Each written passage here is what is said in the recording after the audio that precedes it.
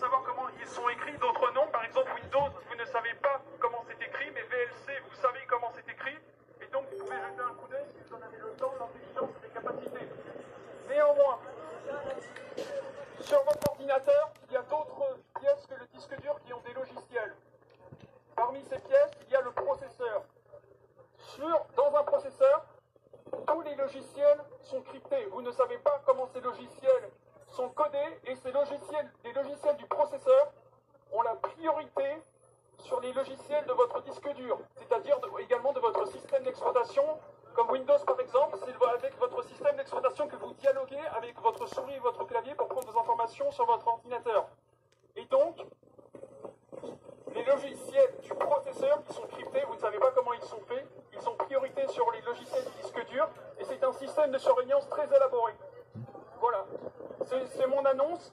Il faut savoir que je prends beaucoup de risques en faisant cette annonce. Vous ne trouverez pas cela dans la bibliographie scientifique. Néanmoins, les experts en sécurité le savent et n'osent pas prendre la parole.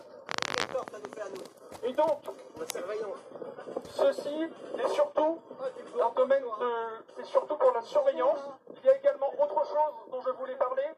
Aujourd'hui, les transistors qui sont dans le processeur sont de l'ordre du nanomètre, ils ont des propriétés électromagnétiques. Les objets qui ont des propriétés électromagnétiques sont susceptibles de réagir aux ondes électromagnétiques. Je rappelle que les ondes Wi-Fi, que les ondes Bluetooth, que les ondes satellites sont des ondes électromagnétiques et peuvent donc changer la conformation physique d'un objet qui a des propriétés électromagnétiques. Je rappelle que la plupart des objets du monde qui nous entoure ont au moins un petit peu de propriétés électromagnétiques et donc peuvent réagir aux ondes électromagnétiques. Les processeurs réagissent aux ondes électromagnétiques, c'est encore un contrôle, un moyen de les contrôler physiquement. Il y a déjà un moyen de les contrôler au niveau du software, c'est-à-dire avec le logiciel, avec les logiciels cryptés. Et donc, il y a également un moyen d'avoir un contrôle physique avec les ondes électromagnétiques sur vos processeurs, ceci pour plus de surveillance. Je rappelle également qu'il n'y a pas que dans le monde de l'informatique qu'il y a des processeurs, il y a également dans le monde de l'électroménager des processeurs cachés. Dans votre machine à laver, il y a par exemple un processeur. Et dans la plupart des pièces d'électroménager, il y a des processeurs. Je rappelle que les processeurs sont connectés à Internet à votre insu. Même quand vous n'avez pas de box, ils sont connectés par les ondes satellites qui sont des ondes électromagnétiques et qui peuvent interagir avec ces processeurs. Et donc, je rappelle que nous sommes entourés de processeurs, que l'informatique est un monde omniprésent, et donc je vous mets en garde contre la surveillance, notamment par les processeurs qui ont des logiciels cryptés et qui en plus réagissent aux ondes électromagnétiques, c'est-à-dire qu'ils peuvent interagir avec les ondes électromagnétiques. Ce qui veut dire que par exemple, un ordinateur qui n'est pas connecté, que vous pensez non connecté à Internet, l'est quand même, même si vous n'avez pas de box. Il peut être connecté avec Internet, avec les ondes électromagnétiques, et avec les logiciels du processeur en priorité sur les logiciels du disque dur, vous êtes donc épié avec vos processeurs. Et donc c'est un niveau de surveillance supérieur à ceux que vous avez sur les disques durs. Et donc il faut faire attention, par exemple si vous utilisez Linux, Linux c'est un logiciel, un système d'exploitation, vous savez comment il est codé. Donc sur Linux, vous pouvez savoir comment ça fonctionne, si vous en avez le temps, l'intelligence et les capacités. Cependant, même Linux ne peut pas faire face aux logiciels du processeur de votre ordinateur qui sont cryptés. Et donc, c'est quand même intéressant d'utiliser Linux plutôt que Windows. Linux est une alternative intéressante. Et donc, pour Linux, si personne n'utilisait Linux, alors ce qui nous est dit, ça permettrait davantage de choses avec les processeurs. Donc ce n'est pas inutile d'utiliser Linux. Ouais, mais tout le monde n'a pas la capacité d'utiliser Linux. Et tout le monde n'a... Alors Linux, c'est très simple. C'est Windows qui veut qu'on pense que c'est compliqué. Mais c'est très simple. Et même si vous n'utilisez pas Linux, dites-vous que c'est qui vous l'utiliserez peut-être un jour. Et que cela décourage ceux qui utilisent les processeurs pour vous épier. J'ai également une autre annonce à faire, maintenant si j'en ai toujours le temps, c'est sur le bricolage. Donc normalement dans le domaine de l'informatique, dans le domaine de l'électroménager et même dans le domaine de la mécanique, c'est un grand secret, mais normalement il ne doit pas y avoir de panne. Et donc quand vous êtes satisfait d'avoir réparé juste une pièce et non pas d'avoir changé l'appareil complet, vous devez quand même savoir que normalement vous n'auriez pas dû changer cette pièce. Comment est-ce qu'une pièce tombe en panne? Donc fait tomber en panne l'appareil. La plupart des objets dans le monde qui nous entourent ont des propriétés électromagnétiques, au moins un petit peu.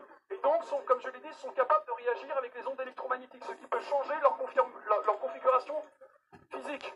Et donc, c'est comme ça qu'une pièce peut tomber en panne, tout simplement en changeant sa configuration physique, et là vous êtes sûr que ça ne marche plus, et vous êtes sûr que vous devez la remplacer, voire tout l'appareil.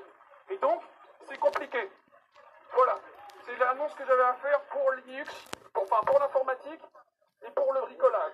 Et donc, il y a une dernière chose que je veux dire, vous devez vous poser des questions. Normalement, c'est sur... alors voilà, si les ondes électromagnétiques peuvent changer un objet physiquement, et que tous les objets ont au moins un petit peu des ondes électromagnétiques, alors vous pouvez vous dire pourquoi tout ne changerait pas en tout, par exemple. Et là, je vous ramène à d'éventuels souvenirs de vos enfances quand vous avez vu des magiciens très forts qui faisaient disparaître des oiseaux ou apparaître des oiseaux derrière un petit foulard, une succession d'oiseaux à travers un foulard. Ça, ce n'est pas de la magie. De la vraie magie, c'est de la rapidité, de la dextérité et une histoire. Dans le cas de ce magicien-là, c'est de l'électromagnétisme avec une équipe d'informaticiens derrière qui font apparaître et disparaître des oiseaux. Voilà. Et donc, ce n'est pas discret si on fait disparaître par exemple votre machine à laver pour vous dissuader de prendre la parole en public.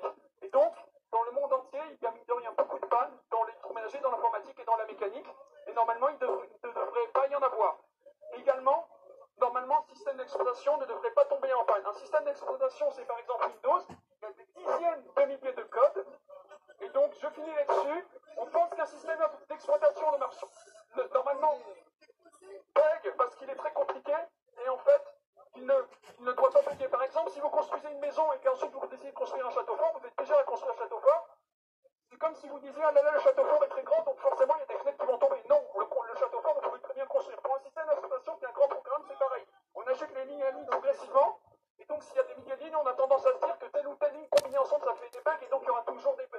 Non, on ajoute les lignes très progressivement, et normalement, si c'est une exploitation, ne tombe pas en panne. Normalement, Windows ne tombe pas en panne. Voilà, ce sont les signalements que j'avais à faire sur, de façon générale, l'électromagnétisme, ce qui nous pousse à être surveillés, ce qui nous pousse à remplacer des appareils dans le domaine de l'informatique, de l'électroménager et de la mécanique. Voilà, j'ai fini de parler, je vous